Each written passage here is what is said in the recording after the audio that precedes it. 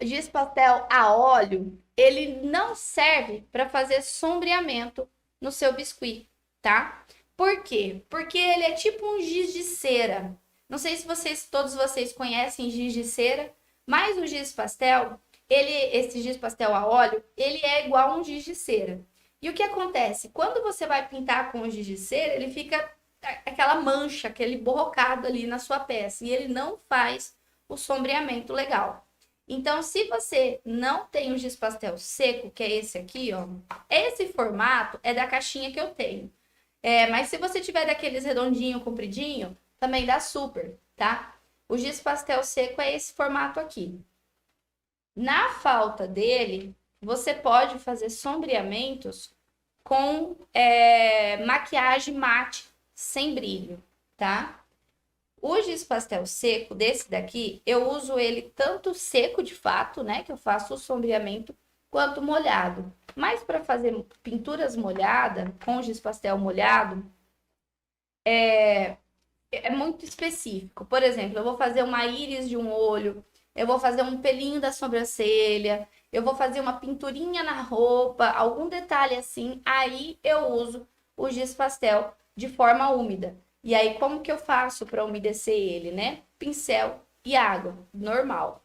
E é legal do giz pastel que depois que você umedece, ele seca muito rapidamente. Então, se você tem que fazer uma pintura muito grande, às vezes você acaba perdendo muito giz pastel. Ó, eu vou passar aqui o pincel nele e ele tá virando tipo uma pasta. E isso faz com que eu consiga fazer pinturas com ele molhado. Para sombreamento de olho, partes aprofundadas, dobrinhas da roupa, sempre com ele seco, tá?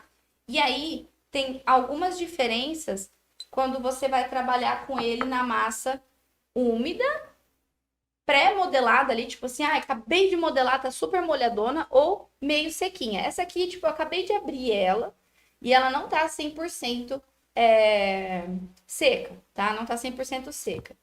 Sombreamento, gente, não se faz em massa úmida. Por quê? Vou mostrar para vocês. Quando eu vou pegar o giz pastel para fazer sombreamento, eu não só passo o pincel aqui, assim. Porque ele até pega um pigmento, sabe? Mas você pode até fazer assim. Ele até pega uma cor. Normalmente, quando eu vou usar o giz pastel, eu pego qualquer ferramenta que seja pontiaguda, uma faquinha, qualquer coisa do tipo, e aí eu raspo ele para que ele solte um pozinho. E aí, normalmente eu faço isso na tampa, tá? Da cor que eu vou precisar usar para sombrear. E aí fica um potinho aqui na tampa. Como eu uso só um pouquinho, eu acabo nem colocando em potinho de tampa assim fechadinho. Mas se você for raspar bastante do seu giz pastel e sobrar, vocês podem guardar esse pó, tá? Tranquilamente, para vocês não desperdiçarem. Vou vir aqui, ó, eu vou pegar o pó dele e vou passar nessa massa que tá úmida, tá? Essa massa, ó, se vocês notarem, eu consigo dobrar ela, entendeu? E aí, quando eu vou fazer o sombreamento, ó, ele fica cheio de risco.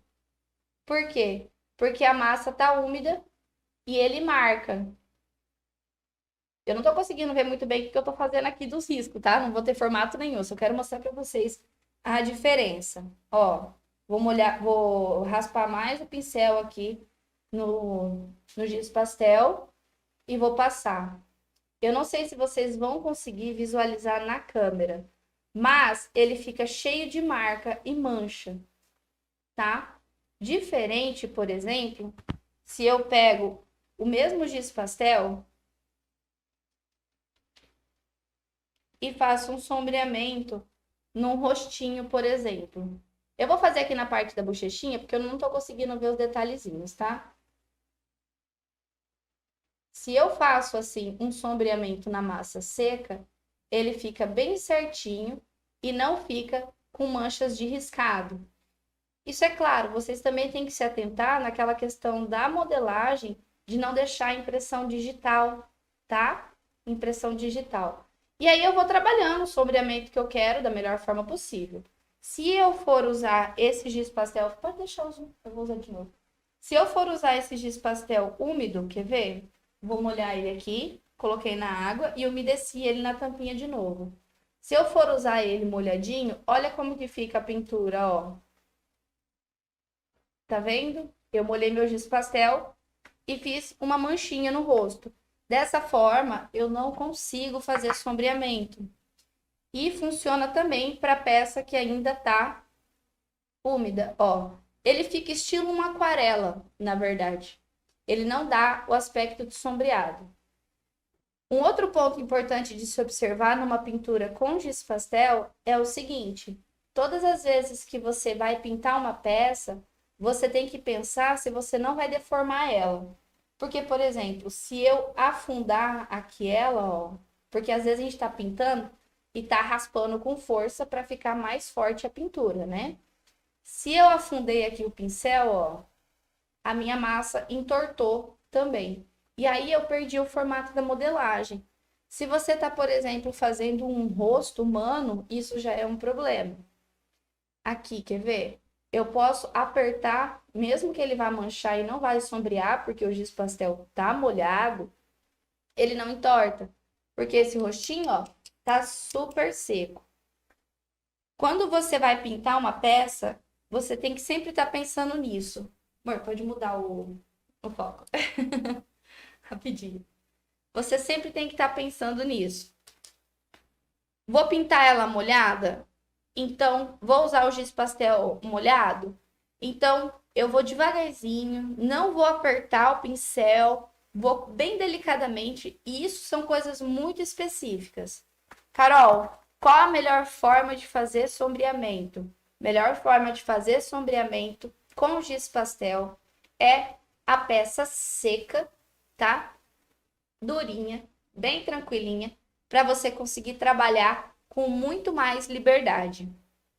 Quando você está modelando e você deixa a marca de impressão digital, ela aparece na pintura, tá?